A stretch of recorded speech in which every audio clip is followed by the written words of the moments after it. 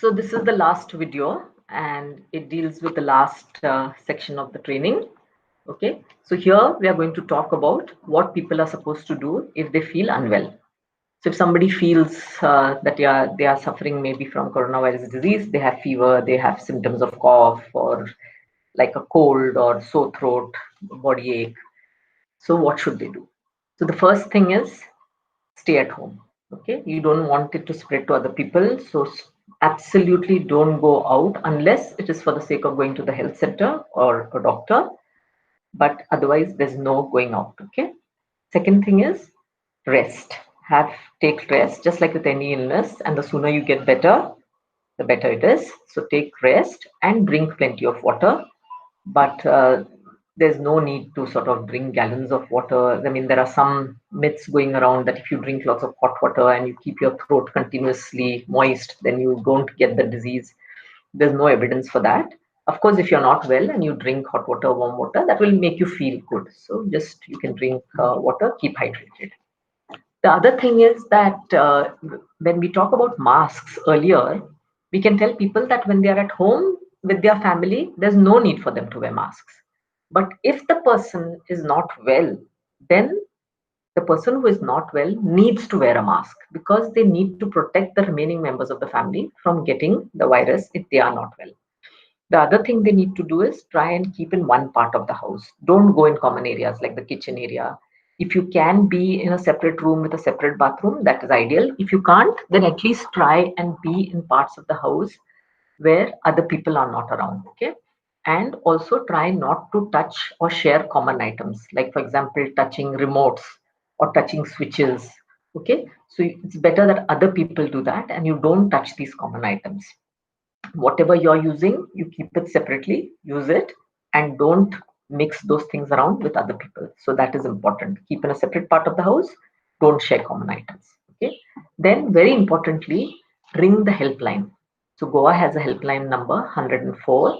Ring there and talk to them, and they will then advise you depending on what your symptoms are, what the doctor feels. A doctor will talk to you and they will then advise what you're supposed to do. If they tell you to go to the nearest health center, if you are able to go in your private transport, that is good. If you don't have private transport, it's better not to go by public transport. So if you cannot afford or you're feeling too unwell, there's nobody to take you, then better to call the ambulance 108 and ask them to take you to the health center. Now, once you're at the health center, then they will decide what to do, whether you need to be tested, whether you need to be, just given some medication and sent back home. So just follow what they tell you. Okay. Now, supposing you are tested and you end up coming as corona positive, there is no need to get worried at all because, as we said, most people recover completely. So, no need to get worried. Just follow the advice of the doctor, rest, and basically you keep taking the medication they give you. They'll just give you some things to help with your fever or your cough, and also download the Arogya Setu app. Now, if you download this app, if you have a smartphone, it doesn't mean that your name comes up as being corona positive. It just means that that app basically allows people to understand in that particular area how many people are positive, how many people have recovered, that sort of thing. Okay.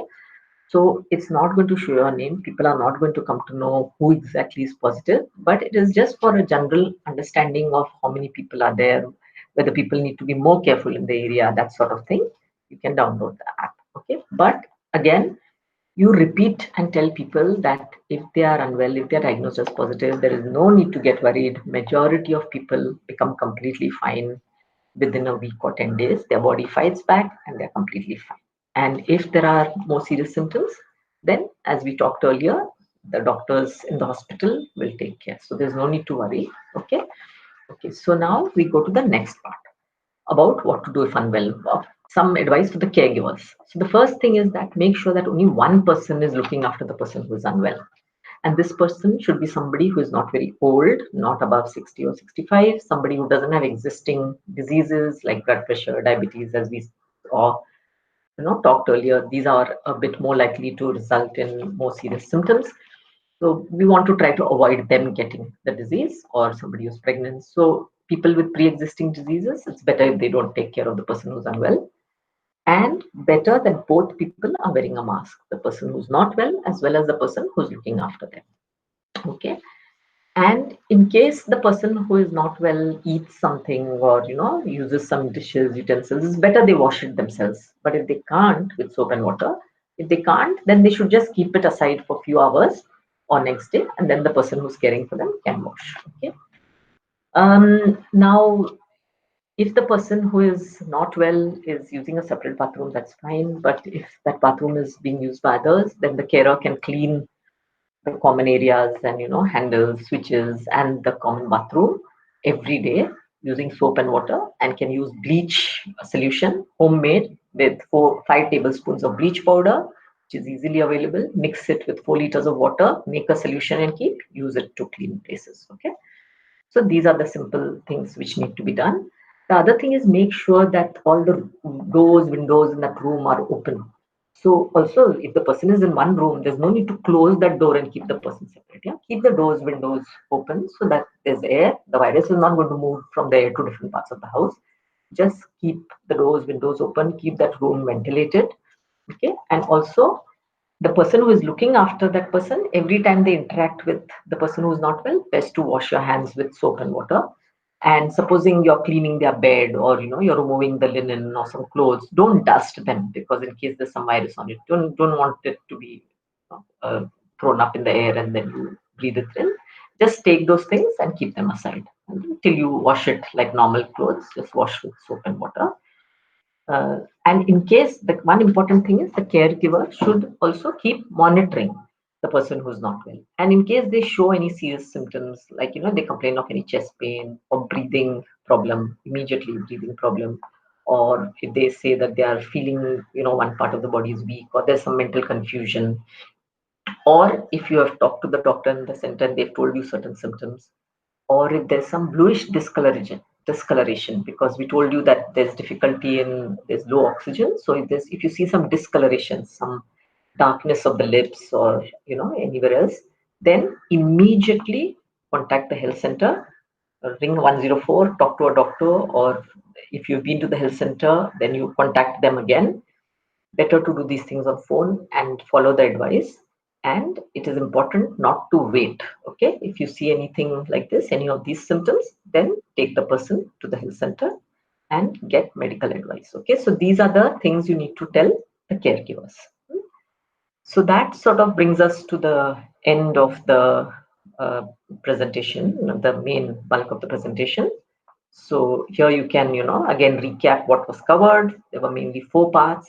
The first was what is the coronavirus, what is the disease. Second was how it spreads. Third was the 7 steps that have to be done to prevent the spread. And lastly, we talked what to do if the person is unwell. Now here, I think it's good at the end if you show people this slide, tell them that, as you know, there are lots of WhatsApp messages, lots of videos circulating with all kinds of advice. The material here has been prepared using scientific papers, using advice from the WHO, from the Center for Disease Control, from the Ministry of Health and Family Welfare, Government of India. So these are all very reliable, well-researched sites and pieces of information. So they should not listen to other sort of things which are circulating around. Okay, so give them confidence by showing them that these are the references which have been used. This is just the slide showing who are the people who have helped in this enterprise. There's a core group which is designing things, and then other people who have helped. So this is just showing that. We also want to acknowledge the different figures which have been used in the slide, the videos. So these are all the different slides from where it has been taken. Of course, it's just being used for non-commercial purposes in public interest. Lastly, the last page of your presentation includes a list of some myths which are circulating around, and then the fact. Now this, you at the end you have a question answer session. You ask people, do you have any doubts? Have you heard of any myths?